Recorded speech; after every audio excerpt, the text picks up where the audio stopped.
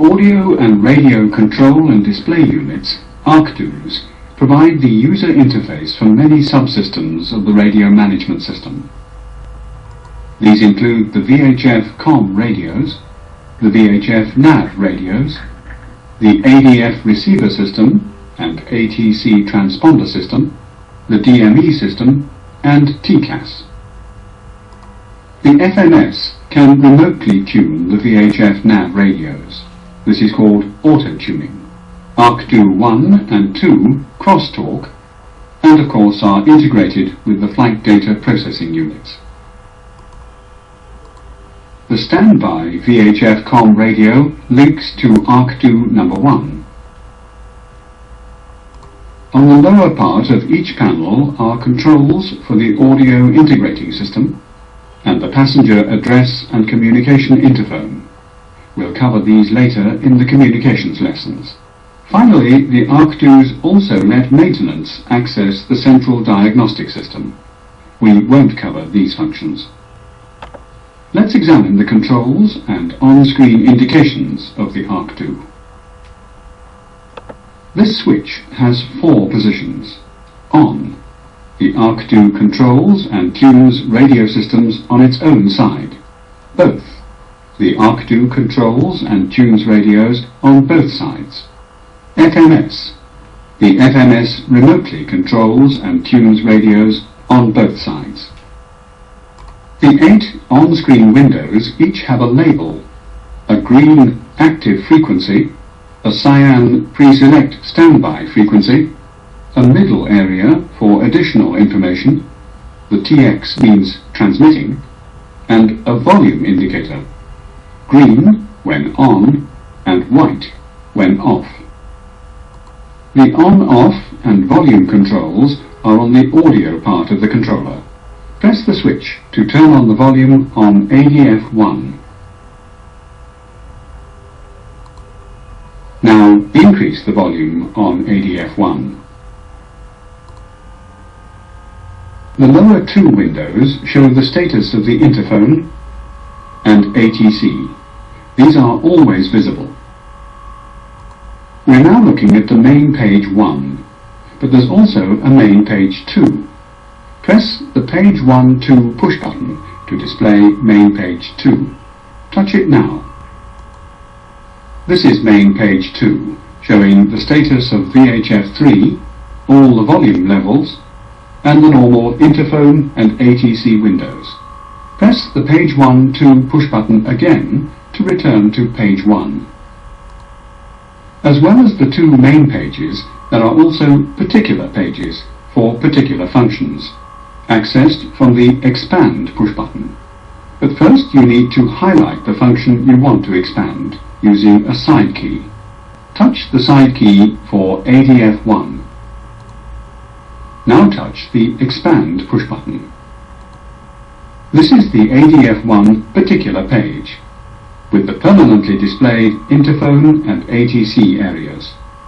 We'll deal with the particular pages later. Let's look at tuning next. Press the page 1-2 push button to return to main page 2. And again to return to main page 1. You usually tune the pre-select frequency. The only exception is when using DME hold, and we'll deal with that later. Firstly, select the radio set to be tuned with its side key. Touch the side key for VHF 1. The pre-select frequency is highlighted in reverse video. This is sometimes called the tune window or scratch pad. You tune by turning the outer and inner tune knobs. The outer controls the most significant digits and has a rollover feature, and the inner controls the least significant digits. It has rollover and is rate aided. The faster you turn, the more it moves.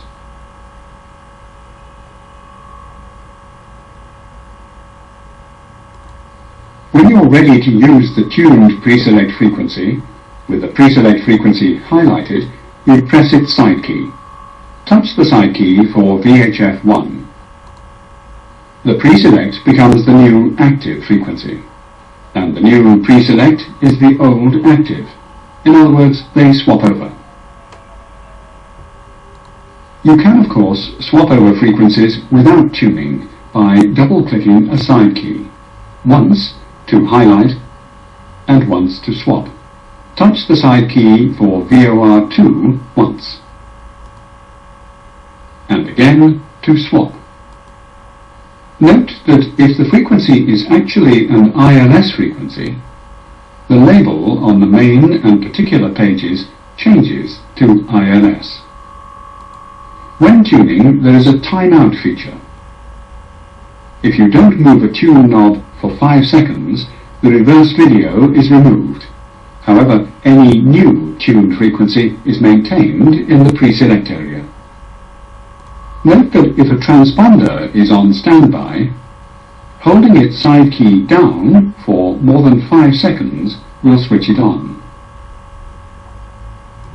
Each radio can have 8 memory channels. In this example, the active frequencies for VHF2, VOR1 and VOR2 are not in their memory channels because this information area is empty. But VHF1's active frequency is from its channel 7, and both ADF1 and ADF2's active frequencies are from their channel 2 memory locations. To insert a preset channel frequency, the procedure is to press the CH push button and select the channel with the tune knobs. Let's show an example. We're going to tune VOR ILS2. Press the side key to tune its standby frequency. We don't want to tune directly, but we do want the channel memory, so touch the CH push button. CH appears in the information area to show that you're in channel mode. If the current pre-select frequency is already in one of the 8 memory channels, its number is displayed. But if it's not already in memory, there's no channel number yet. Now touch the outer or inner tune knob to change channel. Turning clockwise shows the pre-select channel frequencies going up from either the current channel number or channel 1. Turning counterclockwise shows the channels going down from the current. Turning counterclockwise with the pre-select not in a memory channel goes down from channel 8. You can now transfer the pre-select frequency to the active in the normal way. Touch the side key for VOR2. CH7 shows in green to indicate that the active frequency came from memory channel 7. But how do you program the memory channels in the first place? You do this from the particular page. Select the particular page for VOR2. Press the side key for VOR2. Now press the expand key. From the VOR2 particular page, touch the channel side key. The list of radios available is shown here, with the one selected, VOR2, in reverse video, and its 8 channel frequencies here. Repeated pushing of these side keys will cycle through the other radios, displaying their channel frequencies. To reprogram a memory channel, you firstly select it, then retune as for normal frequency tuning. For example, let's reprogram channel 6. The side key is not next to channel 6, so we'll need 2 presses. Press side key 2 right. 5 is highlighted. Now press it again to get 6. You now tune the selected channel in the normal way, using the outer and inner tune knobs.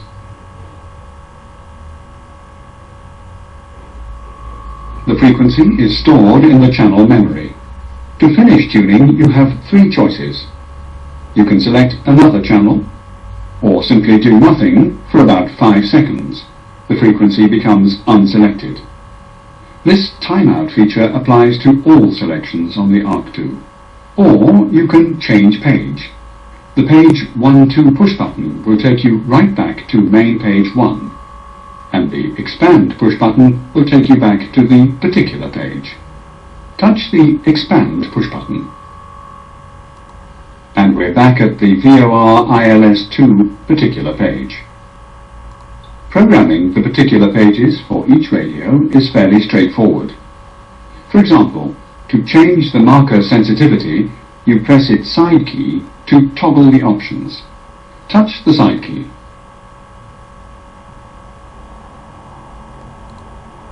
Non-standard selections are shown in the middle information line of the entry on main page 1.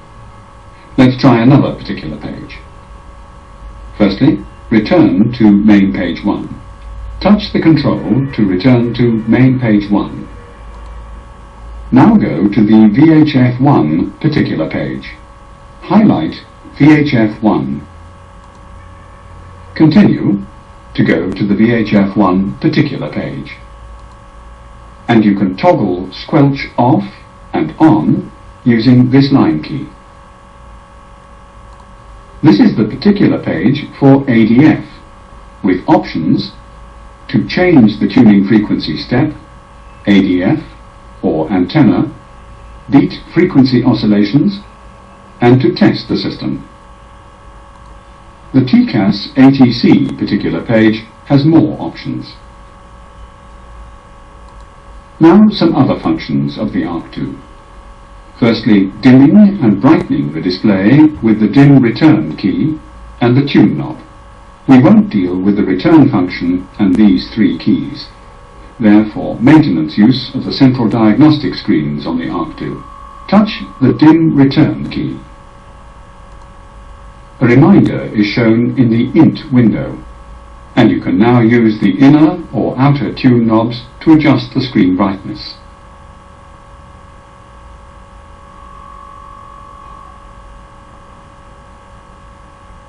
To exit from brightness tuning mode, select another side key, or do nothing, the timeout will change mode, or press the dim return push button again.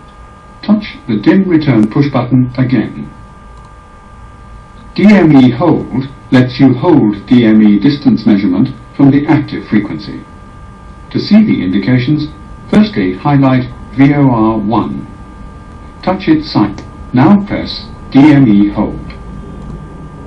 A white box with a white DME label appears. The pre-selected position shows the active, not the pre-selected frequency, in green on black, and the letter H is shown as a reminder.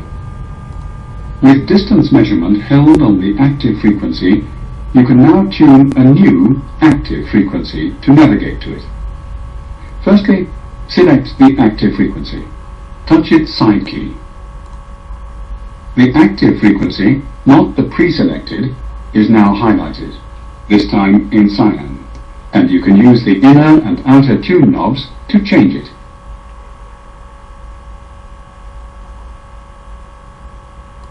To enable the new active frequency, you press its side key again. Touch the side key for VOR1.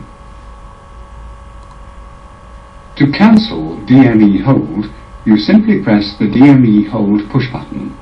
Now press DME hold. The previous pre-selected frequency is restored.